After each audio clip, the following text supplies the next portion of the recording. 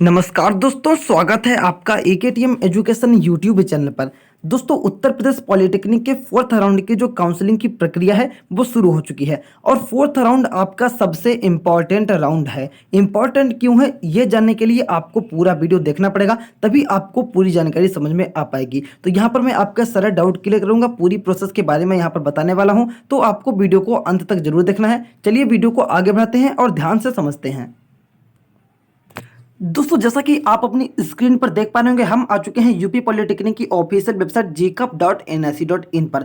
देखिए, यहाँ पर आपके लिए एक बहुत ही आवश्यक सूचना आ चुकी है, इसके बारे में मैं आपको ध्यानपूर्वक बताऊंगा। तो चलिए नीचे बढ़ते हैं और ये जो आवश्यक सूचना आपके लिए आई है इसको हम ध्यानपूर्वक यहाँ पर समझते हैं। दोस्तों, इससे पहले मेरी आपसे एक छोटी सी रिक्वेस्ट है कि अगर आपको वीडियो पसंद आए तो इस वीडियो को लाइक करें, अपने सभी फ्रेंड्स के पास भी इस वीडियो को शेयर करें और पॉलिटेक्निक से जुड़ी सभी अपडेट्स के लिए आप हमारे चैनल को सब्सक्राइब करके बेल आइकन को दबा लें, ताकि जब भी आपके कॉलेज खुलें और क्लास चलें हम आपको सबसे पहले बता सकें। दोस्तों, फोर्थ राउंड की काउंसलिंग की प्रक्रिया बहुत ही इंपॉर्टेंट है और ये वीडियो भी आपके लिए बहुत ही इंपॉर्टेंट है, तो प्लीज पूरा वीडियो आप जरूर देख लीजिएगा। यहाँ पे देखिए लिखा हुआ है कि चतुर्थ चरण की काउंसलिंग के लिए उपलब्ध सीटों का विवरण वेबसाइट पर उपलब्ध है। यानी कि फोर्थ राउंड में आपकी जितनी भी सीटें बाकी हैं, बची हुई हैं, उनका विवरण वेबसाइट पर आ चुका है। अभी मैं आपको बताऊंगा कि किस तरीके से आप देख पाएंगे कि कौन से कॉलेज में कितनी सीटें बची हैं, क्योंकि अगर आप ज्यादा विकल्प यहाँ पर आप भर नहीं सकते, क्योंकि देखिए यहाँ पर आपके लिए बताया गया है कि चतुर्थ चरण की काउंसलिंग के लिए रजिस्ट्रेशन एवं विकल्प भरने का कार्य इससे पहले मैं आपको बता दूं कि फोर्थ राउंड में जब आप काउंसलिंग की प्रक्रिया में भाग लेंगे तो सिर्फ आप 10 विकल्प ही भर पाएंगे। अगर आपने इससे पहले काउंसलिंग करवाई है फर्स्ट, सेकंड या थर्ड राउंड में, तो वहां पर आपको अनलिमिटेड विकल्प मिलते थे, यानी कि आप कितने भी कॉलेज भर सकते थे और कितनी भी ब्रांचेस भर सकते थे। लेकिन अब आपको मैक्सिमम 10 जो है विकल्प ही मिलेंगे, यानी कि आप या तो 10 कॉलेज में एक एक ब्रांच चुन सकते हैं, या अगर आपने 10 ब्रांच चुनी है तो 2 ही 3 कॉलेज में आप चुन पाएंगे। तो इसीलिए आपको यह जानना बहुत ही जरूरी है कि कितने कॉलेज में कितनी सीटें बाकी हैं, वो मैं आपको इसी वीडियो में आगे बताऊंगा।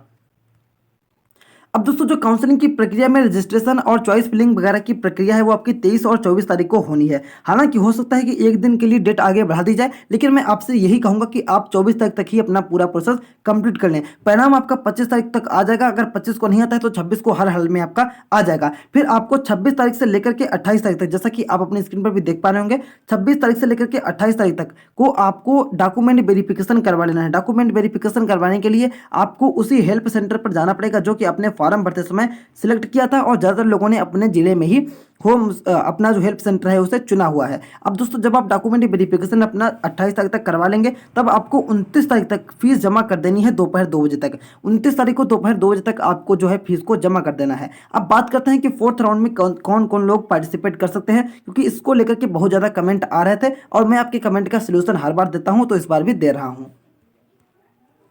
अब दोस्तों, यहाँ पर देखिए साफ साफ लिखा हुआ है कि फोर्थ राउंड की काउंसलिंग में उत्तर प्रदेश के बाहर के जितने भी भर्ती हैं, यानी कि अगर आप किसी अदर स्टेट से बिलोंग करते हैं, बिहार, झारखंड, उत्तराखंड, किसी भी स्टेट से बिलोंग करते हैं, तो आप फोर्थ राउंड में आप पार्टिसिपेट यहाँ पर कर पाएंगे। इसके अलावा आपने अगर अभी तक कहीं भी एडमिशन नहीं लिया है, यानी कि अगर आपने 3 राउंड तक की काउंसलिंग करवाई और फिर भी कहीं पे एडमिशन नहीं मिला, या आपने एडमिशन नहीं लिया और चाहे तो आपने इंट्रेंस एग्जाम को पास किया है या आप इंट्रेंस एग्जाम में फेल कर गए हैं, यानी कि क्वालिफाई नहीं कर पाए हैं, फिर भी आप जो है भाग ले सकते हैं, जैसा कि यहाँ पर आपके सामने लिखा है। तो एक बार फिर से मैं बताना चाहूँ, अदर स्टेट के कैंडिडेट ले सकते हैं, जिन्होंने अभी तक एडमिशन नहीं लिया है वो लोग ले सकते हैं, और जो लोग इंट्रेंस एग्जाम जिन लोगों ने दिया था और वो लोग फेल हो गए थे, वो भी अभी यहाँ पर एडमिशन ले सकते हैं। समझ गए आप? लेकिन दोस्तों, यहाँ पर आपको सबसे इंपॉर्टेंट बात यह है कि आपको 10 जो है विकल्प मिल रहे हैं, यानी कि आप 10 ब्रांच ही चुन पाएंगे। अगर आप एक एक कॉलेज में एक एक ब्रांच चुनते हैं तो आप 10 कॉलेज को भी चुन पाएंगे। इसमें से जो भी कॉलेज आपको मिलता है, जो भी सीट आपको मिलती है, वो आपको लेनी ही पड़ेगी। अगर आप नहीं लेते हैं तो आप सीधे काउंसलिंग की प्रक्रिया से बाहर हो जाएंगे, और जो भी आपकी 9 राउंड तक की काउंसलिंग है फिर आपको कभी भी एडमिशन नहीं मिल पाएगा। तो फोर्थ राउंड में आपको जो चॉइस फिलिंग एंड लॉकिंग की प्रक्रिया है, जो भी आपको कॉलेज भरने हैं, ब्रांच बनी है, बहुत ही ध्यान से भरनी है, नहीं तो आपको अगर ब्रांच पसंद नहीं आई तो सीधे आप काउंसलिंग से बाहर हो जाएंगे। तो आपको बहुत ही ध्यान रखना है इसका।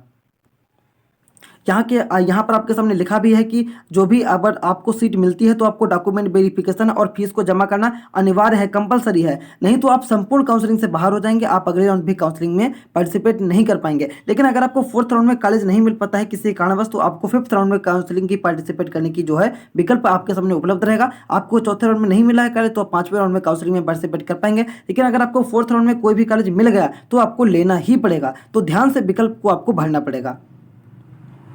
और दोस्तों यहाँ पे एक बड़ा डाउट आ रहा था कि जो भी कैंडिडेट हैं जिन लोगों ने यहाँ पर विदड्रॉल फ्रॉम काउंसलिंग का जो ऑप्शन आया था अभी एक दो दिन पहले, अगर वो ऑप्शन आपने चुन लिया था विदड्रॉल फ्रॉम काउंसलिंग, तो अब आप काउंसलिंग में भाग नहीं ले पाएंगे। 9 राउंड तक की जो आपकी काउंसलिंग चलेगी, विदड्रॉल फ्रॉम काउंसलिंग जिन लोगों ने कर लिया है अब वो भाग नहीं ले पाएंगे किसी भी कीमत पर, तो उनकी फीस वापस आ जाएगी थोड़े दिन के अंदर और वो अब भाग नहीं ले पाएंगे। इसके अलावा जो भी आपके पास फर्स्ट सेकंड और थर्ड राउंड के जो भी कैंडिडेट थे जिन लोगों ने डॉक्यूमेंट वेरिफिकेशन और फीस को सबमिट कर दिया है, उनके पास प्रोविजनल एडमिशन लेटर आ गया होगा। अब आपको प्रोविजनल एडमिशन लेटर आपका 26 तारीख से कॉलेज में एडमिशन शुरू हो जाएगा। ध्यान से सुनिए इस बात को, 26 तारीख से आपका कॉलेज में एडमिशन शुरू हो जाएगा। तो 26 तारीख के बाद आपको जाना है कॉलेज में अपना एडमिशन लेटर लेकर के और सारे आपको डॉक्यूमेंट लेकर के जाना है। 26 तारीख से आपका एडमिशन शुरू हो जाएगा और सबसे बड़ी अपडेट यह है कि आपकी 2 नवंबर से क्लास भी शुरू हो जाएंगी, यानी कि 2 नवंबर से आपको जो भी कॉलेज मिला है, जो भी ब्रांच मिला है, आप आराम से कॉलेज में जाकर के अपनी क्लास की जो पढ़ाई है वो ध्यानपूर्वक शुरू कर पाएंगे।